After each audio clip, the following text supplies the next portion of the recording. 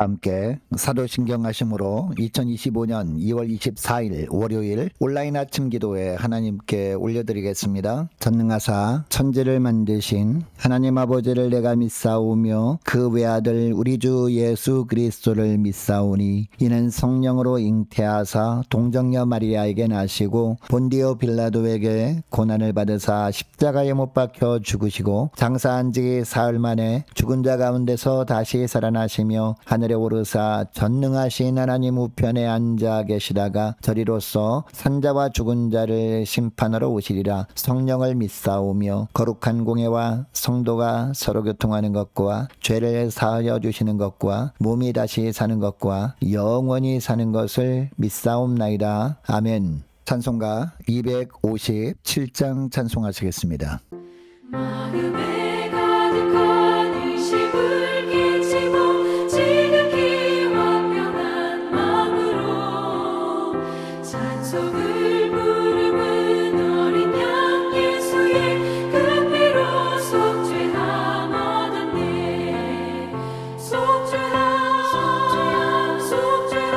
속죄함 주 예수 내 죄를 속했네. 할렐루야 소리를 합하여 함께 찬송하세.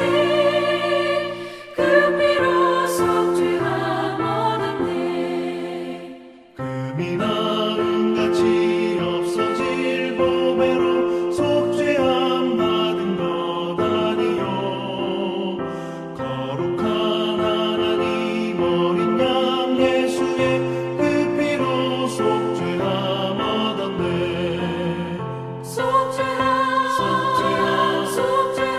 속죄함 주 예수 내 죄를 속했네. 할렐루야 소리를 합하여 함께 찬송하세. 그 피로 속죄함 얻었네. 나 같은 죄인이 용서함 받아서 주 앞에 옳다함 얻음은 확실히 믿기는 어린 양 예수의 그 피로 속죄함 얻었네.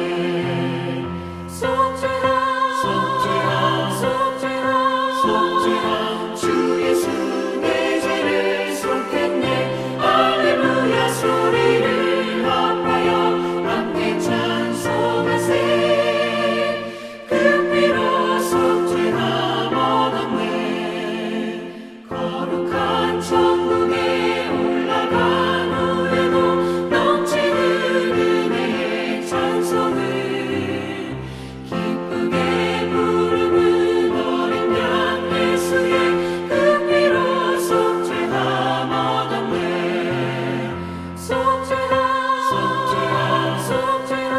속죄함 주 예수 내 죄를 속했네. 할렐루야 소리를 합하여 함께 찬송하세. 그 피로 속죄함 얻었네.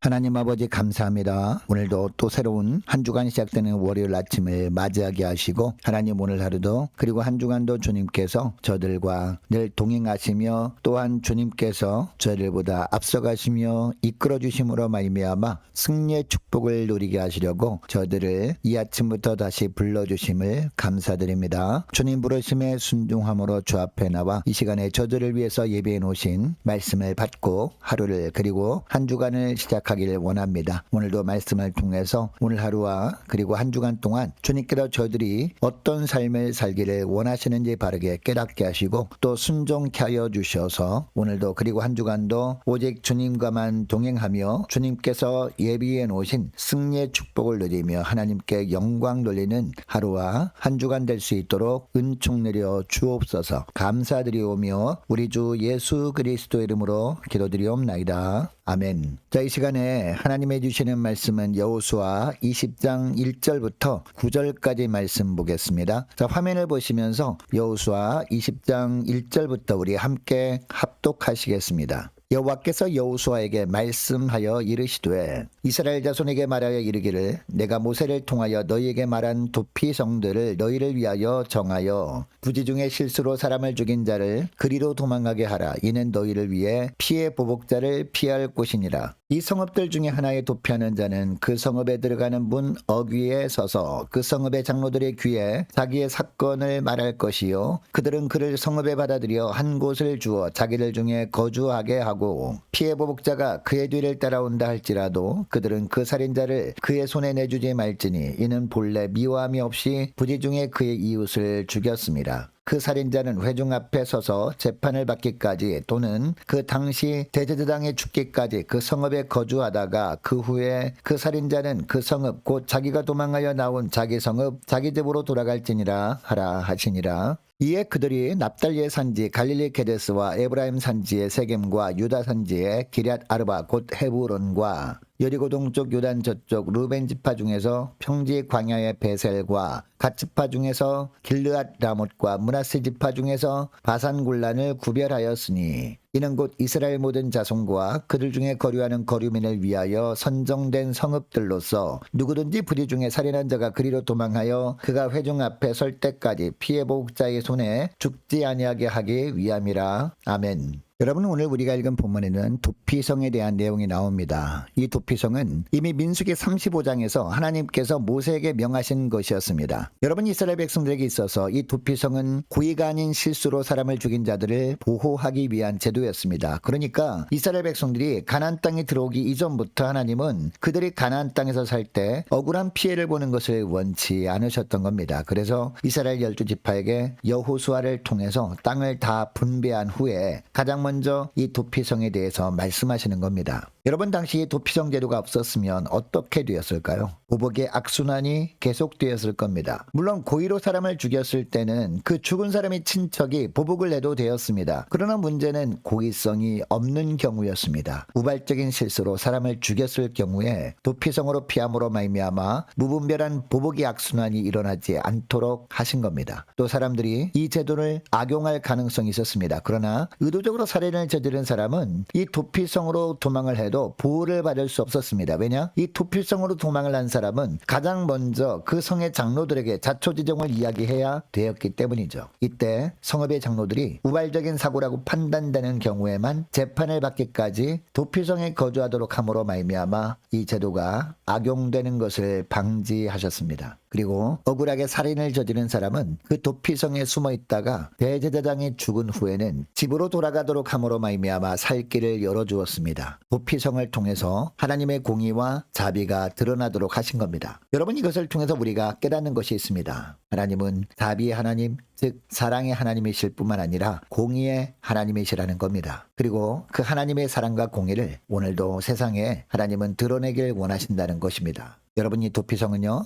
오늘날 예수 그리스도를 의미합니다. 예수 그리스도의 십자가는 우리를 향한 하나님의 사랑과 하나님의 공의가 동시에 나타난 사건이었습니다. 여호수아 당시 도피성은 우발적으로 살인죄를 지었을 때만 도피성으로 피할 때 보호를 받을 수 있었습니다. 의도적인 살인죄는 재판을 받고 징계를 받아야 했습니다. 그런데 오늘날은 우리가 물론 실수로 지은 죄가 있을 때도 이 도피성 되신 예수님께 나오면 됩니다. 반면에 의도적으로 범한 죄가 있을 때도 우리 예수님께 가지고 나오면 된다라는 겁니다. 왜냐? 우리의 죄의 값에 대한 하나님의 공의를 예수님께서 십자가에서 다 이루어 주셨기 때문입니다. 그러므로 우리가 어떤 죄를 지었다 해도 예수님께 나와 회개하면 예수의 피가 우리를 깨끗하게 해주시는 겁니다. 여러분, 우리의 삶 가운데 크고 작은 어떤 죄가 있을 때 그 죄에서 해방되는 다른 비결이 없습니다. 도피성 되신 예수님께 나오는 방법밖에 없습니다. 여러분, 이것을 기억하시고 크고 작은 어떤 죄가 있습니까? 죄책감에 시달리지 마시고 그 죄를 예수님께 가지고 나오시기 바랍니다. 그래서 도피성 되신 예수님의 피로 정결케 된 가운데 참 평안을 누리며 사시는 저와 여러분 되시기를 주의 이름으로 축복합니다. 자, 그런데 7절 말씀부터 보니까요, 도피성에 설치되어야 할 위치에 대해서 나옵니다. 7절에 보면 납달리 지파의 갈릴리 게데스, 에브라임 지파의 세겜, 유다 지파의 헤브론이 나옵니다. 또 8절부터 보니까 요단 동편 땅에서도 세 군데 도피성을 설치하라 라고 하고 있습니다. 루벤 지파의 베셀, 갓 지파의 길랏 라못, 므낫세 지파의 바산 골란입니다.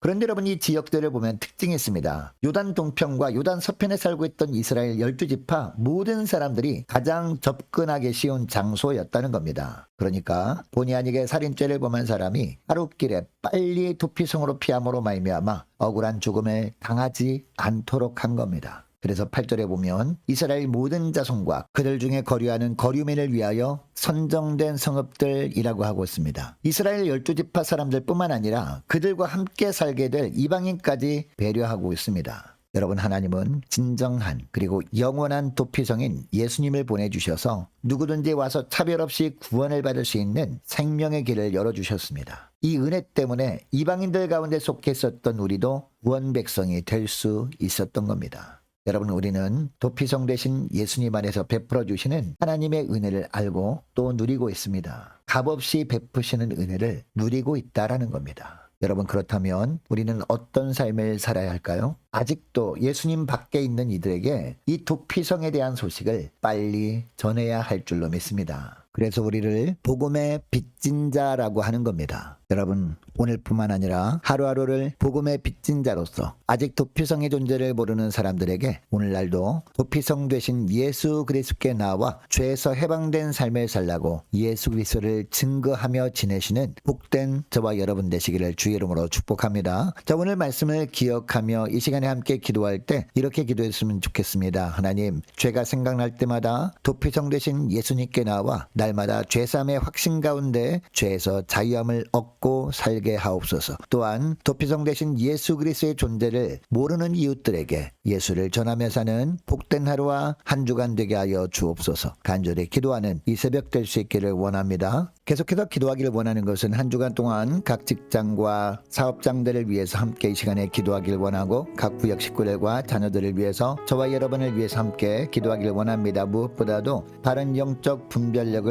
허락해 주옵소서. 간절히 기도하기를 원하고 오래 세워진 일꾼들을 위해서, 교회 재정을 위해서, 유초등부 중고등부 청년부를 위해서, 남녀 전도회와 각 구역을 위해서 함께 이 시간에 기도하기를 원합니다. 또 많은 환우들이 있습니다. 위에서 기도해 주시기 바라고, 취업을 앞둔 청년들을 위해서, 성교사님들 가정들과 나라와 민족과 교회의 앞날을 위해서, 또한 저와 여러분이 가지고 나온 기도 제목을 놓고 우리 함께 이 시간에 기도하길 원합니다. 기도하겠습니다.